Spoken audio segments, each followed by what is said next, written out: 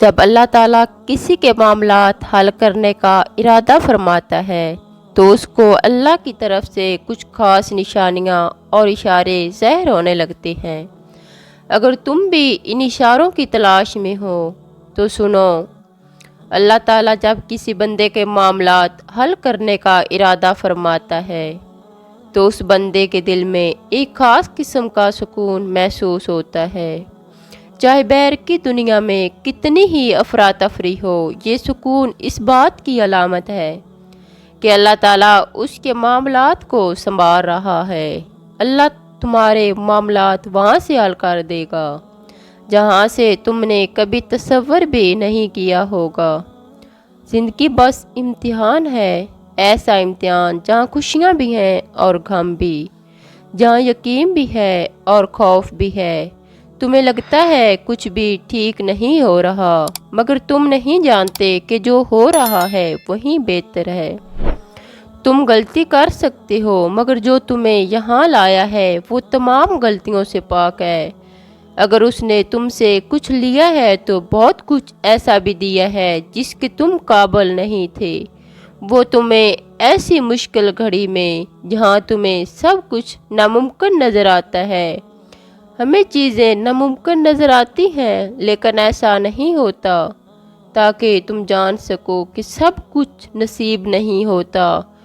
کچھ چیزیں بس دعاؤں کی محتاج ہوتی ہے، پھر فرق نہیں پڑتا کہ دنیا رکاوٹ بنے یا پھر مقدر۔ جب دعا مخلص دل سے نکلتی ہے یا تو دعا اس کے حق میں قبول کر لی جاتی ہے یا اس کے دل کو صبر دے دیا جاتا ہے۔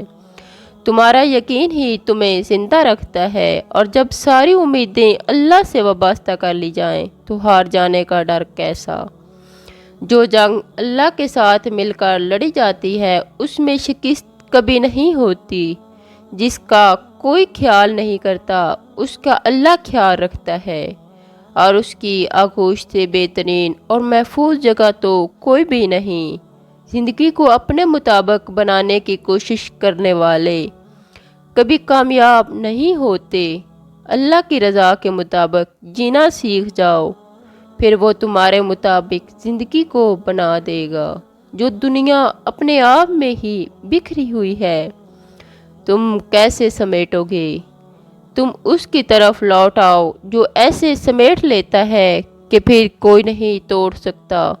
بس وہیں ایک تمہارا ہے، تم اس کے بن جاؤ، جگ تمہارا بن جائے گا۔ زندگی ابھی بھی باقی ہے، راہیں بھی نکلیں گی اور بہت سے نئے دروازے بھی کھلیں گے، منزلیں بھی ملیں گی اور معجزے بھی ہوں گے، اور تمہیں وہ سب ملے گا جس کے ملنے کا تم سوچ بھی نہیں سکتے۔ تمہارا اتنا طویل سفر طے کر کے یہاں تک آنا اور صبر کرنا کچھ بھی بے مقصد نہیں ہے۔ تمہیں اس کا صلہ ضرور ملے گا، اور یوں ملے گا کہ تم راضی ہو جاؤ گے۔ جب اللہ چاہے گا سب بدل جائے گا۔ ایسا نہیں کہ جو اب تک نہیں مل سکا کہ وہ کبھی نہیں مل پائے گا۔ جس منزل کا انتخاب عرش والے نے کر رکھا ہے اس تک پہنچنے سے تمہیں دنیا کا کوئی راستہ روک نہیں سکتا۔ ضروری نہیں کہ جو مانگا جائے وہ اس وقت مل جائے، اور یہ بھی ضروری نہیں کہ جو نصیب میں نہیں لکھا وہ پھر کبھی نصیب کا حصہ نہ لکھا جائے۔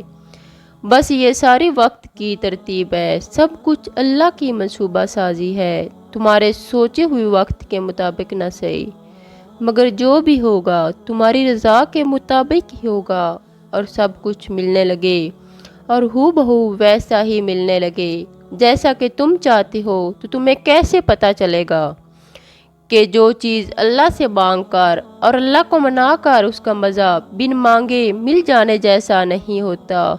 اور اگر نیند آنکھوں میں اترنے لگے تو تم کیسے رات کی اندھیروں میں وہ سرگوشیاں سن سکو گے جو اللہ اور تمہارے درمیان ہوتی ہیں؟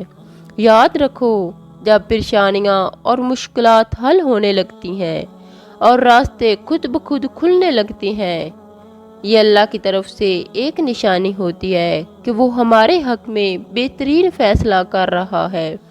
تمہاری دعائیں سن لی گئی ہیں، مگر یہ وقت کی آزمائش ہے کہ انتظار کتنا کرتے ہو۔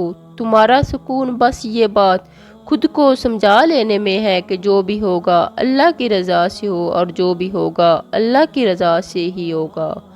اگر دل کو حقیقت پر منانا مشکل ہو گیا ہے کہ اس کو منا لو جو حقیقت کو بدل سکتا ہے۔ اس کو منانے کی ایک ہی تدبیر ہے، دعا، صبر، یقین اور انتظار سے کام لو۔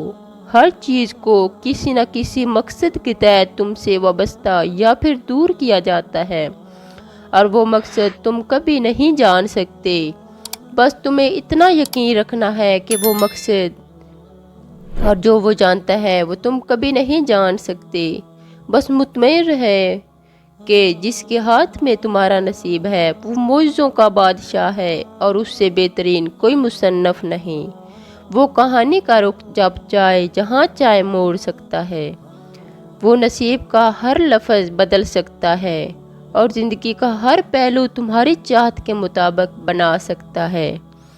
تم اس کی مان جاؤ، وہ تمہاری مان جائے گا۔